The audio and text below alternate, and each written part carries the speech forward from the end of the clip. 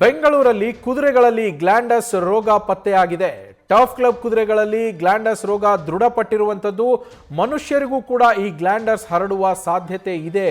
ಈ ಕಾರಣದಿಂದಾಗಿ ಈಗ ಜನರಲ್ಲಿ ಆತಂಕ, ಭೀತಿ ಶುರುವಾಗಿದೆ.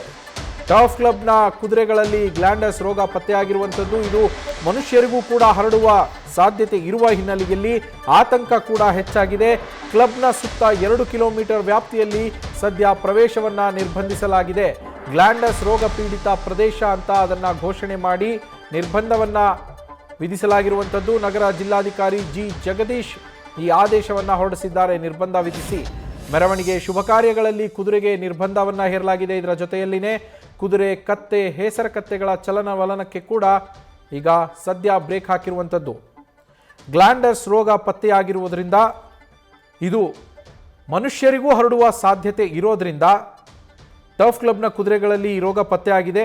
ಹೀಗಾಗಿ ಆತಂಕ ಹೆಚ್ಚಳವಾಗಿರುವಂಥದ್ದು. ಟರ್ಫ್ ಕ್ಲಬ್ನ ಸುತ್ತಮುತ್ತ 2 ಕಿಲೋಮೀಟರ್ ವ್ಯಾಪ್ತಿಯಲ್ಲಿ ಸದ್ಯ ನಿರ್ಬಂಧವನ್ನು ಹೇರಲಾಗಿದೆ. ಯಾರು ಪ್ರವೇಶ ಮಾಡುವ ಹಾಗಿಲ್ಲ ಅಂತೇಳಿ. ಹಾಗೆ ಮದುವೆ ಸಮಾರಂಭಗಳಲ್ಲಿ ಕುದುರೆಗಳನ್ನು ಬಳಸೋದನ್ನು ಕೂಡ ಸದ್ಯಕ್ಕೆ ನಿಷೇಧ ಮಾಡಲಾಗಿದೆ.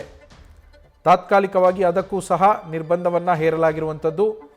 ಜೊತೆಗೆ ಕುದುರೆ, ಕತ್ತೆ, ಹೆಸರು ಕತ್ತೆಗಳ ಚಲನವಲನಕ್ಕೆ ಬ್ರೇಕ್ ಹಾಕಿದೆ.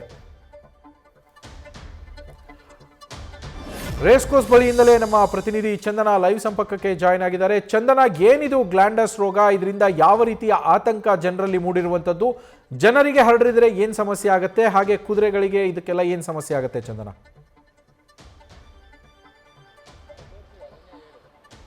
ಸಿಲಿಕಾನ್ ಸಿಟಿ ಬೆಂಗಳೂರಲ್ಲಿ ಹೊಸ ವರ್ಷದ ಸಂಭ್ರಮ ಮನೆ ಮಾಡಿದೆ. ಈ ಹೊತ್ತಲ್ಲೇ ಬೆಂಗಳೂರಿನ ಟರ್ಫ್ ಕ್ಲಬ್ ನಲ್ಲಿರುವಂತಹ ಕುದುರೆಗಳಲ್ಲಿ ಒಂದು ಸಾಂಕ್ರಾಮಿಕ ರೋಗ ಗ್ಲ್ಯಾಂಡರ್ಸ್ ಅನ್ನುವಂತ ರೋಗ ಪತ್ತೆಯಾಗಿದೆ. ಈ ಒಂದು ರೋಗ ಬರ್ಗ್ಹೋಲ್ಡಿಯಾ ಮಲೈ ಅನ್ನುವಂತ ಬ್ಯಾಕ್ಟೀರಿಯಾದಿಂದ ಬರುವುದು. ಇದು ಕುದುರೆ, ಹೇಸರಗತ್ತೆ, ಕತ್ತೆಗಳಲ್ಲಿ ಕಾಣಿಸಿಕೊಳ್ಳುವಂತ ರೋಗ ಇದಾಗಿದ್ದು ಇದು ಮನುಷ್ಯರಿಗೆ ನೇರವಾಗಿ ಹರಡೋ ಸಾಧ್ಯತೆ ಹೆಚ್ಚಾಗಿರುತ್ತೆ. ಅಂದ್ರೆ ಕುದುರೆಗಳು ಸೇವನೆ ಮಾಡೋ ಆಹಾರ, ನೀರು, ಅದರ ಮಲ ವಿಸರ್ಜನೆ, ಮೂತ್ರ ವಿಸರ್ಜನೆಯ ಜೊತೆ ಏನಾದ್ರೂ ಮನುಷ್ಯರು ಕಾಂಟ್ಯಾಕ್ಟ್ ಅನ್ನ ಬೆಳೆಸಿದ್ರೆ ಮನುಷ್ಯರಿಗೂ ಕೂಡ ನೇರವಾಗಿ ಈ ಒಂದು ಕಾಯಿಲೆ ಬರೋ ಸಾಧ್ಯತೆ ಹೆಚ್ಚಿರುತ್ತೆ. ಸದ್ಯ ನಾನೀಗ ಬೆಂಗಳೂರಿನ ಟರ್ಫ್ ಕ್ಲಬ್ ಮುಂಭಾಗವೇ ಇದ್ದೀನಿ. ನೀವು ದೃಶ್ಯಗಳಲ್ಲಿ ನೋಡ್ತಾ ಇರಬಹುದು. ಅಂತ ಅಂದ್ರೆ ಈ ಒಂದು ಟರ್ಫ್ ಕ್ಲಬ್ ನಲ್ಲಿರುವಂತ ಕುದುರೆಗಳಲ್ಲಿ ರೋಗ ಕಾಣಿಸ್ಕೊಂಡಿರೋದ್ರಿಂದ 2 ಕಿಲೋಮೀಟರ್ ವ್ಯಾಪ್ತಿಯವರೆಗೂ ಕೂಡ ಕಟ್ಟೆಚ್ಚರಿಕೆಯನ್ನ ವಹಿಸಲಾಗಿದೆ. ನೀವು ಗಮನಿಸ್ತಾ ಇರಬಹುದು, ಸ್ಯಾನಿಟೈಸರ್ ಅನ್ನ ಸಿಂಪಡಿಸಲಾಗ್ತಾ ಇರುವಂತದ್ದು. ಅಂದ್ರೆ ಈ ಒಂದು ಟರ್ಫ್ ಕ್ಲಬ್ ಸುತ್ತಮುತ್ತ ಆಗಿರ್ಬೋದು ಸ್ಯಾನಿಟೈಸರ್ ನ ಸಿಬ್ಬಂದಿ ಹಾಕ್ತಾ ಇರುವಂತದ್ದು. ಈ ಒಂದು ಟರ್ಫ್ ಕ್ಲಬ್ ನಲ್ಲಿರುವಂತ ಪ್ರತಿ ಕುದುರೆಗೂ ಒಂದು ಕ್ವಾರಂಟೈನ್ ವ್ಯವಸ್ಥೆಯನ್ನ ಮಾಡಲಾಗಿರುವಂತದ್ದು. ಅಂದ್ರೆ ಈಗ ಬರ್ತಾ ಇರುವಂತ ಮೂಲಗಳ ಪ್ರಕಾರ 5 ಕುದುರೆಗಳಿಗೆ ಈ ಒಂದು ರೋಗ ಪಾಸಿಟಿವ್ ಬಂದಿದೆ. ಈಗಾಗಲೇ ಕುದುರೆಗಳ ಸ್ವಾಬ್ ಅನ್ನ ಲ್ಯಾಬ್ಗೆ ಕಳಿಸಿ ವರದಿ ಬಂದಿದ್ದು 5 ಕುದುರೆಗಳಲ್ಲಿ ಪಾಸಿಟಿವ್ ಬಂದಿದ್ದು. ಇನ್ನು ಎಲ್ಲ ಕುದುರೆಗಳನ್ನ ಒಂದು ಕ್ವಾರಂಟೈನ್ ನಲ್ಲಿ ಇಟ್ಟು ಹೆಚ್ಚಿನ ನಿಗಾವನ್ನ ವಹಿಸ್ತಾ ಇದ್ದಾರೆ. ಪಶು ವೈದ್ಯರು ಚಿಕಿತ್ಸೆಯನ್ನ ಕೊಡ್ಲಾಗ್ತಾ ಇರುವಂತದ್ದು.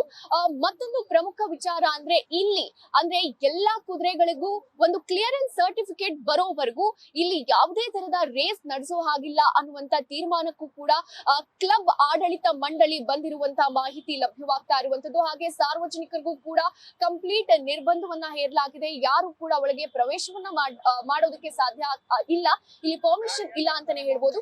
ಹೀಗಾಗಿ ಈ ಒಂದು ಕುದುರೆಯಲ್ಲಿ ಕಾಣಿಸ್ಕೊಂಡಿರುವಂತ ರೋಗ ಸಿಕ್ಕಾಪಟ್ಟೆ ಇನ್ಫೆಕ್ಷಿಯಸ್ ಆಗಿರೋದ್ರಿಂದ ಇದು ಮನುಷ್ಯರಿಗೂ ಹರಡೋ ಸಾಧ್ಯತೆ ಹೆಚ್ಚಾಗಿರೋದ್ರಿಂದ ಒಂದ್ ರೀತಿ ಹೆಚ್ಚು ಅಲರ್ಟ್ ಆಗಿರ್ಬೇಕಾದಂತ ಒಂದು ಪರಿಸ್ಥಿತಿ ಇದೆ. ಅಂದ್ರೆ ಈ ಟರ್ಫ್ ಕ್ಲಬ್ ಸುತ್ತಮುತ್ತ ಕ್ಲಬ್ಗಳು, ಬ್ರೀವರೀಸ್, ರೆಸ್ಟೋ ಬಾರ್ಗಳು ಇರೋದ್ರಿಂದ, ಹೊಸ ವರ್ಷ, ಕ್ರಿಸ್ಮಸ್ ಇರೋದ್ರಿಂದ ನೂರಾರು ಜನ ಸೇರೋ ಸಾಧ್ಯತೆ ಇರುತ್ತೆ. ಹೀಗಾಗಿ ಒಂದ್ ಸ್ವಲ್ಪ ಅಧಿಕಾರಿಗಳು ಹೆಚ್ಚಾಗಿ ಅಲರ್ಟ್ ಆಗಿರ್ಬೇಕಾದಂತ ಒಂದು ಸನ್ನಿವೇಶ ನಿರ್ಮಾಣ ಆಗಿರುವಂತದ್ದು.